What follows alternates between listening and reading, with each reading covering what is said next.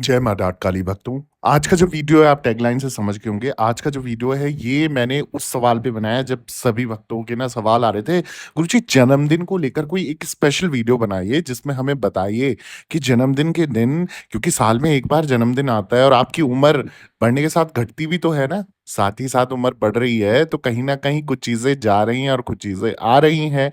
तो जब बड़प्पन आने लगता है और जब आप बड़े होने लगते हो तो कई तरीके के नियम आपकी ज़िंदगी में चेंज होते हैं। चाहे वो स्कूल हो, कॉलेज हो, ट्यूशन हो, माँ-बाप हों, परिवार हों, रिश्ते हों, सब कुछ बदलने लगता है समय के अनुसार। तो जन्मदिन इतना ख़ास होता है ना कि उसका नेक्स्ट डे से हर चीज़ में बदलाव आने लग जाते हैं। चाहे वो स्त्री हो, पुरुष हो, कोई भी हो। ठीक है? तो आज मैं आपको बताने जा रहा हूँ कि जन्मदिन पर आपने क्या करना चाहिए और आपने क्या नहीं करना चाहिए। ये सवाल मेरे पास कई समय से पड़ा हुआ था और तो मन में एक लोगों के असमंजस है, कन्फ्यूज़न है, समझ नहीं आ रहा है कि करे तो करे क्या? जन्मदिन के लिए कुछ स्पेशल कर दें, जन्मदिन के दिन ये दान कर दें, वो दान कर दें, मतलब कुछ भी ठीक से पता नहीं है। तो इस वीडियो के माध्यम से आपको बहुत सारी चीज़ें क्लियर होने वाली है कि आपको जन्मदिन के समय पे या जन्मदिन के दिन आपने क्या करना है और क्या नहीं करना है। क्योंकि हर इंसान के लिए उसका जन्मदिन एक विशेष दिन है। इसे उत्सव के रूप में विधि-विधान से मनाना चाहिए। जन्मदिन का उत्सव केक काटकर, मोमबत्तियों को बुझाकर, गुब्बारे फोड़कर कई जगह पर मनाया जाता है। पहला जन्म, दूसरा विवाह और तीसरा मृत्यु। ऐसा माना जाता है कि जन्म दिवस पर आयु का एक और वर्ष निकल गया है, जो वापस अब कभी नहीं मिलेगा। इसलिए उतनी ही मोमबत्ती जलाकर बुझाई जाती है। लेकिन हिंदू पद्धति में जन्मदिन के शुभ अवसर पर दीर्घायु की मंगल कामना हेतु दीपक जलाए जाते हैं, ना कि बुझाए जाते हैं। वैदिक पद्धति से मनाए जाने वाला जन्मदिन पहले तो मैं आपको बता देता हूँ, जो हमारे पूर्वजों द्वारा जो पुराने शास्त्रों में हमें जो उल्लेख मिलते हैं, चीज़ें बताई गई हैं कि जन्म उत्सव को किस तरीके से मनाया जाता था। जन्म उत्सव विधि-पूर्वक मनाने से आयु और साथ ही साथ आरोग्य की वृद्धि होती है। जीवन में सुख समृद्धि प्राप्त होती है। जन्मदिन पर पूजा, होम आदि के अतिरिक्त शास्त्रोकारों ने विशेष नियमों का पालन करने के निर्देश दिए हैं। उन्हें सावधानी पूर्वक करने से अरिष्ट की शांति और दीर्घायु की प्राप्ति होती है। वैदिक परंपरा के अनुसार जन्मदिन के शुभ अवसर पर दीपक जलाने चाहिए ताकि आगे का जीवन मंगलमय रहे, उज्जवल रहे, प्रकाशित रहे। जितनी वर्ष की आयु पूर्ण हो चुकी हो, उतने ही दीपक भगवान के सामने जलाने चाहिए। इससे वर्ष भर अनिष्टों से रक्षा होती है और जन्मदिन के दिन जितने वर्ष पूर्ण हो चुके हैं, ध्यान रखिए जितने वर्ष पूर्ण हो चुके हैं, कंप्लीट हो चुके हैं, उनकी संख्या में छोटे दिए जलाएं और आने वाले वर्ष की मंगल कामना के लिए एक बड़ा दीपक जलाएं। लेकिन आपने ये ध्यान रखना है कि अगर किसी बच्चे का 9वां जन्मदिन है, तो थोड़े से चावल लेकर उन्हें हल्दी कुमकुम से आपने रंगित करना है, डालना है और उसी से आपने स्वास्तिक बना लेना है। उस स्वास्तिक पर 9 छोटे-छोटे दिए रख देने हैं और जो 10वें वर्ष की शुरुआत के प्रतीक रूप का एक बड़ा दिया जलाएँ। अब जन्मदिन पे कौन से कार्य हैं जो आपने नहीं करने हैं, जो कार्य वर्जित होते हैं।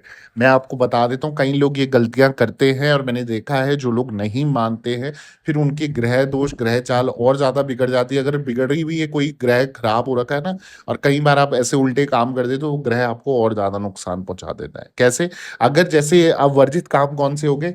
जन्मदिन पर नाखून और बाल नहीं कटवाने चाहिए। अब नाखून तो चलो आप आगे पीछे कटवा लो, जिस समय पे आपका जन्म महीना लग गया है, सपोज़ आपका जो जन्मदिन है आपका अक्टूबर में आता है, तो 1 तारीख अक्टूबर 1 अक्टूबर से लेकर पूरा जितना महीना अंत हो रहा है ना, यानी कि जब तक 1 नवंबर नहीं आ जाता ना, तो जिस बालक का या जिस बच्चे का या जिस भी इंसान का जन्मदिन, अगर जैसे मैंने उदाहरण के तौर पे बोल रहा हूँ, अक्टूबर चाहे वो जन्मदिन जनवरी से लेकर दिसंबर के किसी भी महीने में पड़ रहा हो, उस महीने पे आपने बाल बिल्कुल नहीं काटने। बिल्कुल कत्ते ही नहीं काटने, आपको कितनी भी इमरजेंसी, कितना भी कुछ है, आप जन्म महीने में बाल नहीं कटाएँगे, ये सबसे बड़ा वर्जित कार्य है। नाखून तो आप जन्मदिन के दिन नहीं काटेंगे, मांस आपने नहीं करना, मांस का भक्षण आपने नहीं करना है जन्मदिन के दिन। कहते हैं कि भैया बलि नहीं देनी चाहिए, आपका जन्म उत्सव मन रहा है और आप किसी का बलि ले रहे हो, आप काट रहे हो, तो वो चीज़ एक पॉज़िटिव नहीं है और एक सकारात्मक ऊर्जा का एक पॉइंट नहीं है और कहीं न कहीं ये गलत है। तो आपने उस दिन किसी भी जानवर, किसी भी पक्षी या किसी भी तरीके की चीज़ की बलि नहीं लेनी है, ना देनी है, तो उस दिन आपने मांस नहीं खाना है। तामसिक वस्तुओं का अगर हो सके तो सेवन नहीं करना है, पर आजकल तो बर्थडे पार्टियाँ ही बिना मदिरा या इन चीज़ों के नहीं होती है, तो चलो आजकल के हिसाब से इस चीज़ के लिए मैं मनाही नहीं कर रहा हूँ, ये अपनी-अपनी इच्छा है, हम किसी को रोक नहीं सकते। पर हाँ, मांस आप नहीं काटेंगे, मांस नहीं खाएँगे। कलह, हिंसा, लंबी यात्रा पे आपने नहीं जाना है, लड़ाई-झगड़ा, किसी से गुस्सैल स्वभाव के साथ लड़ाई-झगड़ा नहीं करना, अंट-संट नहीं बोलना, गाली नहीं देनी है। लंबी यात्रा आपने नहीं करनी है, गुस्सा आपने नहीं करना है, व्यर्थ का जो फालतू वार्तालाप या डिस्कशन आपने किसी चक्कर में नहीं पड़ना है, जुआ आदि आपने नहीं खेलना है, नकारात्मक कृत्यों से परहेज रखना है। वैसे तो आप लोग समझदार हैं और आप लोग बोलेंगे ये सब तो हमें पता है, परंतु जिन लोगों को ज्ञात नहीं है मैं बता दूँ, अगर इस तरीके कोई भी आप अंट-संट हरकत करते हैं, उल-जलूल कार्य करते हैं, जो आपको नेगेटिव लगते हैं और नहीं करने चाहिए शुभ अवसर पर, आप उसे कतई नहीं कीजिए। अपने बच्चों को भी ये सीख दीजिए, अपने परिवार में भी ये सीख दीजिए, तब जाके आपके ग्रह दोष सही रहते हैं, चीज़ें बेटर होती हैं, पॉज़िटिविटी आती है। साल में 1 दिन आपका जन्मदिन है, वो जन्मदिन एक इस तरीके से मनाया जाना चाहिए, खुशहाली का समय होना चाहिए। उस दिन नेगेटिविटी, नकारात्मक ऊर्जा, लड़ाई-झगड़े किसी से कुछ नहीं करना। अब जल्दी से मैं बता देता हूँ कौन से कार्य हैं जो आपने जन्मदिन के दिन करने ही करने हैं। जिस भी व्यक्ति का जन्मदिन है ना, आप जितने भी मतलब अपने से बड़े बुजुर्ग हैं, माता-पिता हैं, दादा-दादी हैं, उनका शुभ आशीष आपने सुबह उठते ही ग्रहण करना है। सदैव कल्याणकारी होना है, आशावादी होना है, होपलेस नहीं होना है और सबसे पहले आपने बड़ों का आशीर्वाद, आपके घर में जितने भी बड़े लोग हैं, उनका आशीर्वाद पैर स्पर्श कर ये नहीं कि दूर से पैर छू दिए, नहीं। आपने दोनों हाथों से उनके पैर छूने, आशीर्वाद उनके हाथ अपने सर पे रखवाना है और बोलना है कि जो भी इच्छा है आपकी, उस तरीके का आशीर्वाद आपने लेना है, प्रेम के साथ, बहुत ही पॉज़िटिविटी के साथ। जन्म उत्सव पर अधिक से अधिक लोगों का आशीर्वाद अवश्य लेना चाहिए। जन्मदिन की प्रातः काल उठकर, मुँह-हाथ धोकर या आप स्नान आदि कर कर नित्य क्रम से निर्वित होकर, सर्वप्रथम अपनी इष्ट देव का ध्यान करके मन ही मन प्रणाम कीजिए। अब ये कार्य देखिए आप ऐसे भी कर सकते हैं, या तो जैसे रात के 12 बजे आप उठ जाते हो, आपको जन्मदिन पर कोई विशेस दे रहा है, आपको शुभकामनाएँ दे रहा है, आप उठ गए हो 12 बजे, ठीक 12 बजे आप उठे हुए हो, केक काटते हो, ज़्यादातर आजकल यही चल रहा है ट्रेंड। तो उस समय पे आपने अपने इष्ट को याद कर देना, मंदिर में जाकर हाथ जोड़ के प्रार्थना करनी है अपने जन्म उत्सव कर कि ये जन्मदिन मेरे लिए ख़ास हो, खूब सारी उन्नति दे, प्रगति दे, जितने कार्य मेरे रुके हुए थे, हे मेरे इष्टों, हे मेरे पितरों, हे मेरी कुलदेवी, हे मेरे कुलदेवता, मेरे सारे कार्य सफल करो, आशीर्वाद दो और उनको हाथ जोड़कर प्रणाम करके नतमस्तक हो जाओ और जितने भी पुरुष हैं वो दंडवत प्रणाम ज़रूर करें। इस तरीके से तो पहले आपने कार्य करना है। जो लोग अगर ब्रह्म मुहूर्त पे उठ सकते हैं जन्मदिन के दिन, ब्रह्म मुहूर्त पे उठें, जो लोग अपने नॉर्मल समय पे उठते हैं, वो नॉर्मल समय पे उठें। अब इसके बाद क्या करना है, नवीन वस्त्र धारण कर गणेश जी का स्मरण करना है, यानी कि नहा धोकर आपने साफ-सुथरे कपड़े पहनने हैं, नए कपड़े अगर ले रखे हैं जन्मदिन पे, तो नए कपड़े पहनो, वरना धुले हुए कपड़े पहने, अंडरगारमेंट्स भी आपके धुले हुए होने चाहिए। जन्म छत्र पर, जो जन्म छत्र है, उसके अधिपति का पूजन कल्याणकारी रहता है। जन्मदिन पर तिल का प्रयोग आयु में वृद्धि कारक होता है। तो तिल एवं गंगाजल युक्त स्नान आप करें, ठीक है? तिल से बनी वस्तुओं का दान तथा भोजन करें, ठीक है? तिल से बनी चीज़ों का आपने दान करना है और काले तिल और थोड़ा-सा गंगाजल अपने नहाने के पानी में मिलाकर उससे स्नान करना है आपने जन्मदिन के दिन।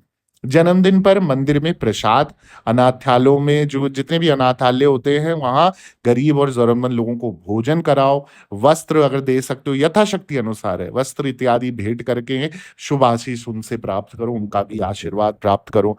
जन्मदिन पर किसी विद्वान द्वारा आपने किसी भी पंडित को बुलवाना है, जानकार को बुलाना है, अपना पूजन करवाना है और स्वास्तिक वाचन या वैदिक मंत्रों द्वारा मंगल कामना वर्ष भर अरिष्टों से रक्षा करती रहे, ऐसी आपने एक हवन या अपना एक पूजन करा देना है।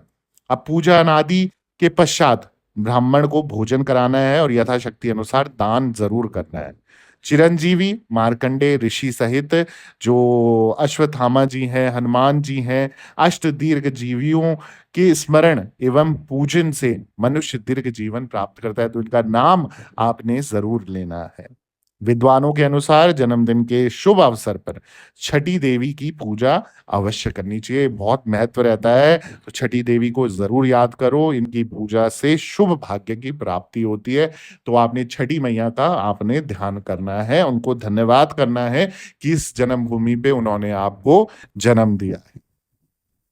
अब अगली चीज़ आपने क्या करनी है, जन्म कुंडली अथवा जो वर्षफल में जो कोई भी अरिष्ट ग्रह हो अथवा उनकी दशा हो, उनकी विशेष पूजा, दान और होम द्वारा जितना भी होम, हवन जिसे हम कहते हैं, उससे शांति करवानी है। तो अगर आपकी कुंडली में किसी ग्रह की महादशा चल रही है या पंडित द्वारा आपको बताया गया है कि ये ग्रह नीच का है, ये ग्रह आपको अत्यंत अच्छा फल नहीं दे रहा है, तो उस पर्टिकुलर ग्रह का आपको पूजन करना है, उस देवता का आपको भोग प्रसाद ज़रूर चढ़ाना है, ताकि वो देवता या वो ग्रह आपका किसी प्रकार से अहित ना हो, ठीक है?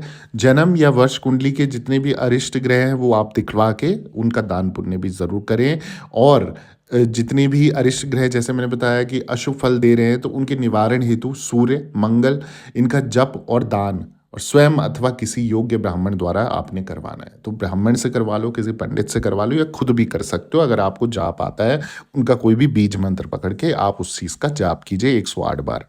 यदि किसी कारणवश जन्मदिन पूजन ना करवा सको, तो किसी भी रूप में पुण्य कार्य अवश्य करें, यानी कि दान पुण्य का काम कर दिया, कहीं जाके किसी को भोजन करवा दिया, कुछ भी अच्छा कर्म आपने जन्मदिन के दिन ज़रूर करना है। जन्मदिन के वर्षों की संख्या में 11 का गुण जो गुणा करते हैं, मल्टीप्लाई करते हैं, उसका गुणा कर कर राम नाम पुस्तिका अन्य लोगों के लिखने हेतु वितरित करें और प्रभु स्मरण करने से आयु की वृद्धि होती है और आरोग्यता बनी रहती है, इसलिए प्रभु का नाम जप ज़रूर करें अपनी जन्मदिन के दिन। ऐसी और जानकारियाँ चाहिए, ऐसे और टिप्स चाहिए तो जल्दी से चैनल को सब्सक्राइब कर दीजिए, वीडियो को लाइक कर दीजिए, ज़रूरतमंद लोगों के साथ शेयर करना ना भूलें, कमेंट में जय माता दी ज़रूर लिखें और ये भी लिखें कि आप लोगों का बर्थडे कब-कब आ रहा है, अपनी डेट्स ज़रूर लिखें। दरबार से बने रहें, सभी भक्तों को जय माता दी, जय माँ डाँट काली।